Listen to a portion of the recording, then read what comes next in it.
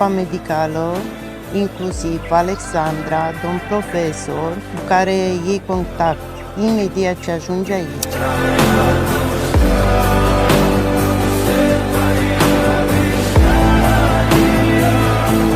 Persoane speciale care te face să te simți la tine acasă, nu într-o clinică. Pe tot parcursul operației, înainte și după, este ceva care nu se poate descrie în cuvinte, doar ceea ce simți din partea acestor persoane și a cadrelor medicale și în primul rând a Alexandrei, care îi mulțumesc din suflet.